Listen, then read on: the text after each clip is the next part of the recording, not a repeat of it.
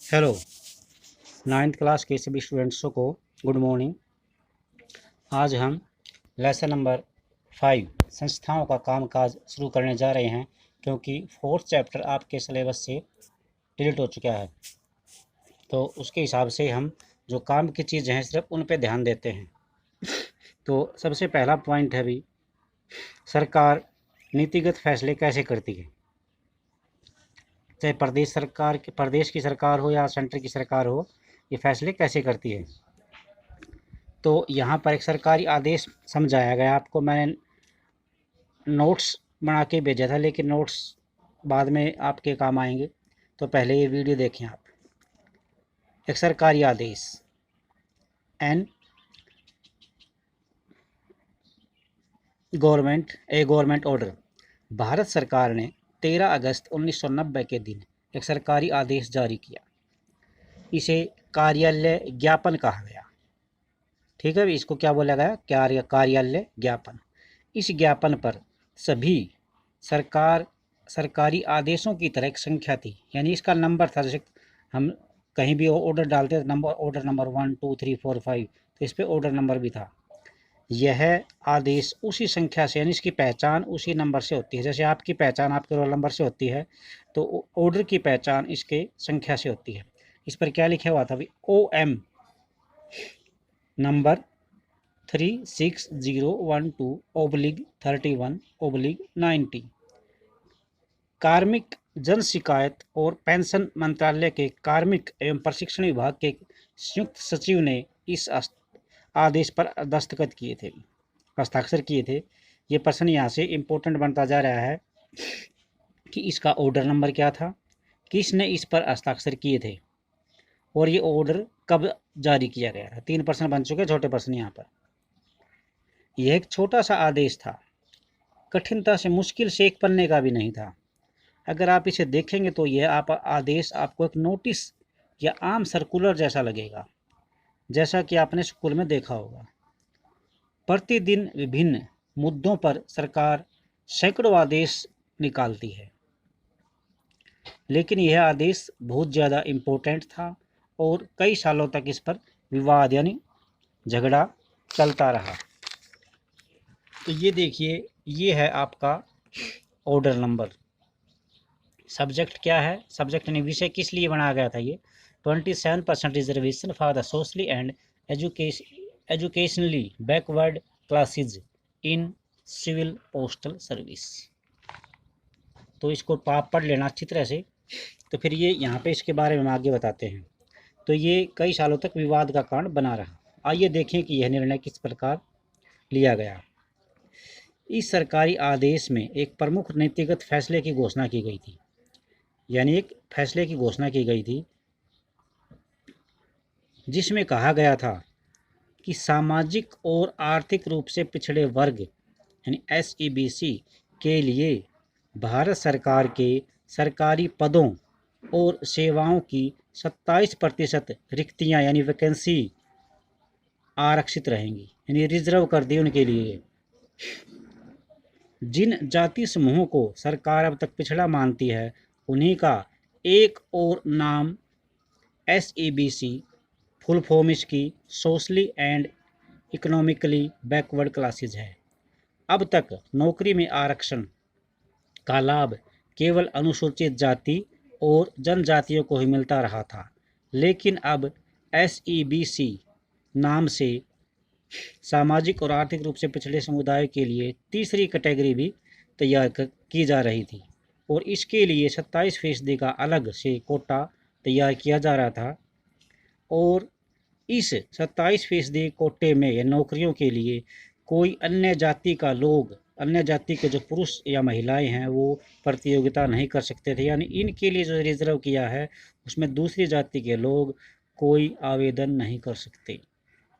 अब निर्णय करने वाले कौन कौन थे भी। इस ज्ञापन को जारी करने का फैसला किसने किया।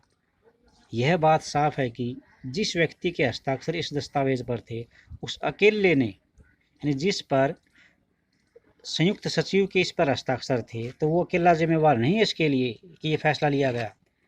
इस फैसले के लिए बहुत से अधिकारी जिम्मेवार हैं। वह अधिकारी केवल अपने मंत्री द्वारा दिए गए निर्देशों को लागू करने वाला ही था। यानी जिसने इस पर हस्ताक्षर किए थे ना, वो जिस विभाग में काम करता था उसके मंत्री ने उसको ऑर्डर दिया था कि आप इस पर साइन कीजिए, तभी उसने साइन किए। यह निर्णय कार्मिक और प्रशिक्षण विभाग के मंत्री ने भी स्वयं अकेले नहीं लिया है।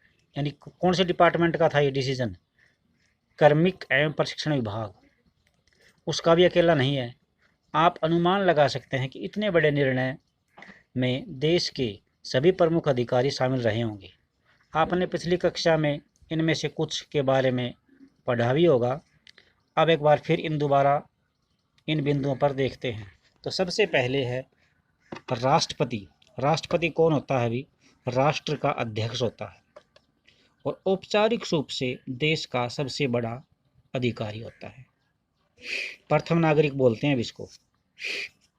दूसरे नंबर पर प्रधानमंत्री सरकार का प्रमुख होता है और वह दरअसल सरकार की ओर से अधिकांश अधिकारों को इस्तेमाल वही करता है। यानी सारे जो शक्तियां हैं वो वही यूज कर पाता है। संसद के 2 सदन होते हैं, लोकसभा और राज्यसभा। इम्पोर्टेंट है ये।